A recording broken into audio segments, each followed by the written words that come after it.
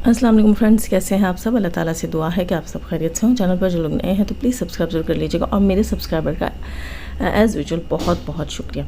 अच्छा दोस्तों, बहुत अहम पॉइंट्स के ऊपर बात होगी। प्लीज़ वीडियो जो है आपने फुल वॉच करनी है, कमेंट्स भी देने हैं और लाइक तो ज़रूर करना है। चलो मेरी प्यारी बहनों, पहले ही लाइक कर दो। सबसे पहले हम बात करेंगे कि अम्मा जी कहाँ हैं। जी, सितारा यासीन की अम्मा कहाँ हैं, किस हाल में हैं जनाब। चैट लीक हुई है नीनू की वीडियो के अंदर, जहाँ जो है वो सलमा से बात करती है। यहाँ मैं लगाती हूँ।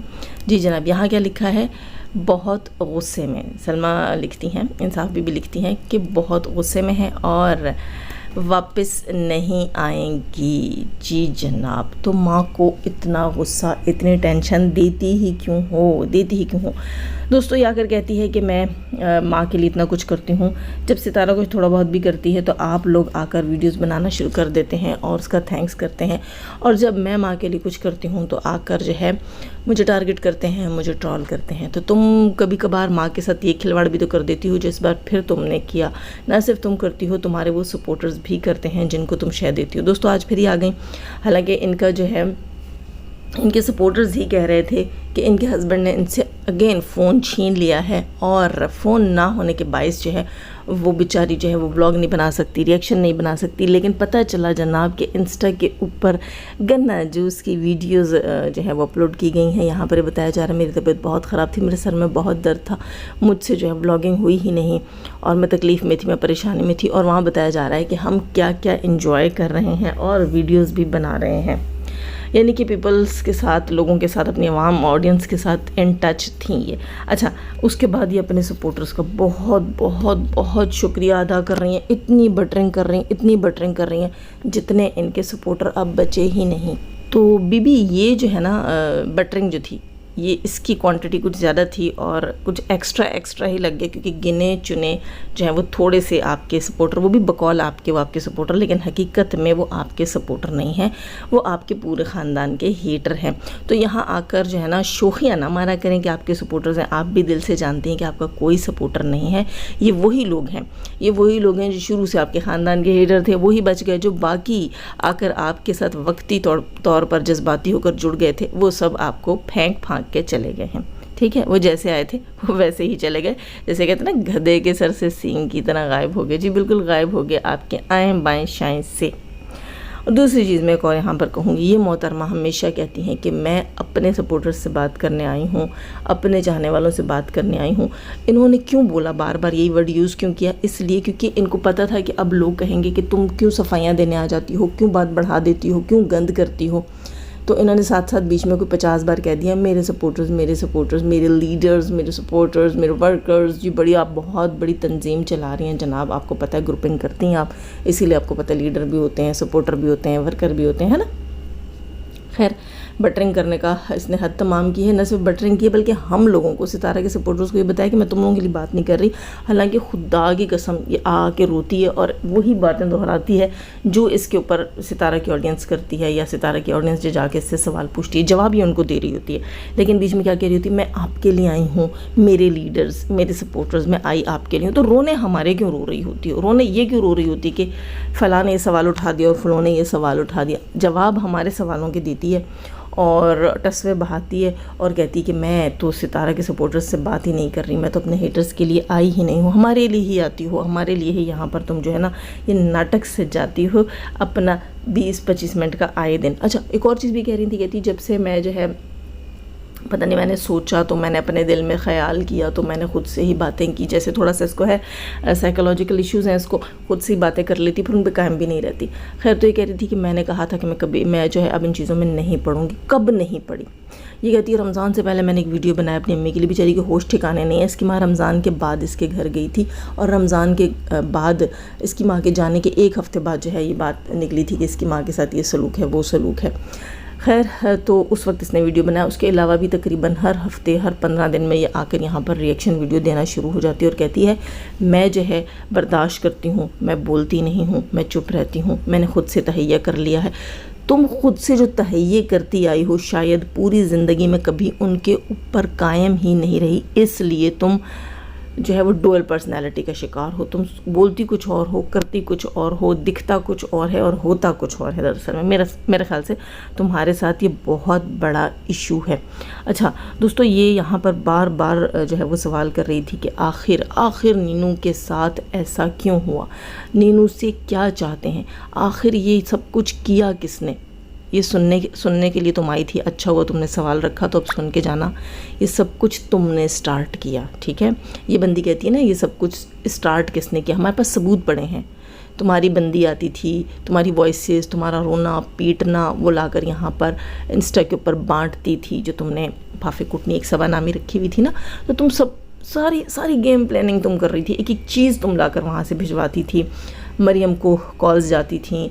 अच्छा, इसके अलावा इनसाइडर को ख्वाब नहीं आया था, ठीक है, तुम्हारी वॉइसेस हैं उसके पास, तुम्हारी वॉइसेस के बाद ही जब तुम जाओगी और किसी मीडिया पर्सन जो तुम्हारा रिश्तेदार भी नहीं लगता, तुम जाकर उसे अपना सारा कच्चा चट्ठा सुनाओगी, सारी रुदाद उसके आगे रखोगी, कोई भी चीज़ क्रिएट करके रखोगी, तो इसीलिए रखोगी कि वो जाकर पब्लिक करे। वो तुम्हारा कोई मासी का पुत्र नहीं था कि तुम उसके पास टसवे बहाने गई थी कि देखो देखो मेरा शौहर ये कर रहा है और मेरी बहन ये कर रही है। नहीं, तुम प्लांटेड गई थी, तुम्हारी प्लानिंग थी, तुमने वो प्लान किया हुआ था। और क्यों? क्योंकि वो तमाम चीज़ें हम तमाम सपोर्टर्स के पास आई थी। ठीक है बीबी, तुमने वो खुद भेजी थी, तुमने खुद स्टार्ट किया था। दूसरी चीज़, नीनू का नाम भी तुमने लिया मीडिया के ऊपर आकर, तुमने कहा मुझे सारी चीज़ें नीनू ने बताई हैं। अब जब दुनिया नीनू को ट्रॉल करती है तो तुम आकर कहती हो क्यों हो रहा है उसके साथ ऐसा, किस गुनाह की सज़ा मिल रही है, उसने ऐसा क्या किया है। ठीक है, ये तुम्हारे दूसरे सवाल का जवाब। पहले का ये कि स्टार्ट तुमने किया है, तुमने सवाल किया था किसने शुरू किया, क्या हुआ, क्या पिया हुआ भंग पी कर आती हो कि तुम्हें पता नहीं है कि स्टार्ट किसने किया था। हाँ, एक गुद्दी के नीचे लगाऊं तुम्हारी याददाश्त वापस आए, तुम्हारा दिमाग थोड़ा सा हिले हुले, उससे जंग उतरे, फंगी लग गई है, पता नहीं क्या हो गया, तुम्हारी याददाश्त ख़त्म हो गई है, तुम्हें समझ नहीं आती है, गजनी हो गई हो क्या। ये बंदी ने खुद स्टार्ट किया। आज आकर पूछती स्टार्ट किसने किया था, सो गई थी क्या, इतने महीने नींद में थी क्या। उसके बाद ये कहती है नीनू के साथ ऐसा क्यों हो रहा है। भाई नीनू का नाम तुमने लिया पब्लिकली, फिर आके उसके लिए कम्युनिटीज़ लगाती, उसका नाम मत लें, उसका लोगों को उकसाती हैं। ठीक है, उकसाती हैं अपने हेटर्स को कि जाएं और नीनू का नाम लें और उसको टोंट करें। अच्छा, वो जो है, जो आपकी बड़ी सती सावित्री वो नीनू है, और वो भी आकर खुद नहीं कहती रही मैं सच्ची हूँ, मैंने सच बोला है, मैंने जो किया है अपने दिल से किया है, मैंने अपनी खाला के लिए किया है, खाला के बहते आंसुओं के लिए किया है, मैं आज भी अपनी बात पे कायम हूँ, मैं सच्ची हूँ। आप तो कहती हैं उसने कुछ किया ही नहीं है। खुद आई हो, पब्लिक में गंद मचाया है, अपनी भांजी का नाम लिया है, भांजी ने आकर माना है कि हाँ मैंने ये गंद किया है और इस गंद को फैलाने की मैं ज़िम्मेदार हूँ। पिछले दिनों खुद आई थी, मेरी नानी सच कह रही है, मेरी मासी सच कह रही है। अब आकर कहते हैं कि देखा, जैसे उसका हस्बैंड आ गया था, देखा कि इंसाफ खाला ने यहाँ पर आकर साबित किया है, उसने बोला है कि नीनू का कोई लेना देना नहीं है। वरना इंसाफ खाला ने तो पहले दिन बोला था कि सारी इन्फो मुझे नीनू देती रही है, इंसाफ खाला कम्युनिटियाँ अब लगा रही थी, सब कुछ मुझे बोलो, हाय उस बेचारी को कुछ ना बोलो, कोई पत्थर से ना मारे मेरी उस पागल को। और वो आकर ख़ुद भी कहती है कि सब कुछ तो मैं करती रही हूँ। और फिर कहते हैं कि लोग उसे ट्रॉल क्यों करते हैं। झूठी प्रेगनेंसी होगी तो इसी तरह झूठ की नज़र हो जाएगी ना।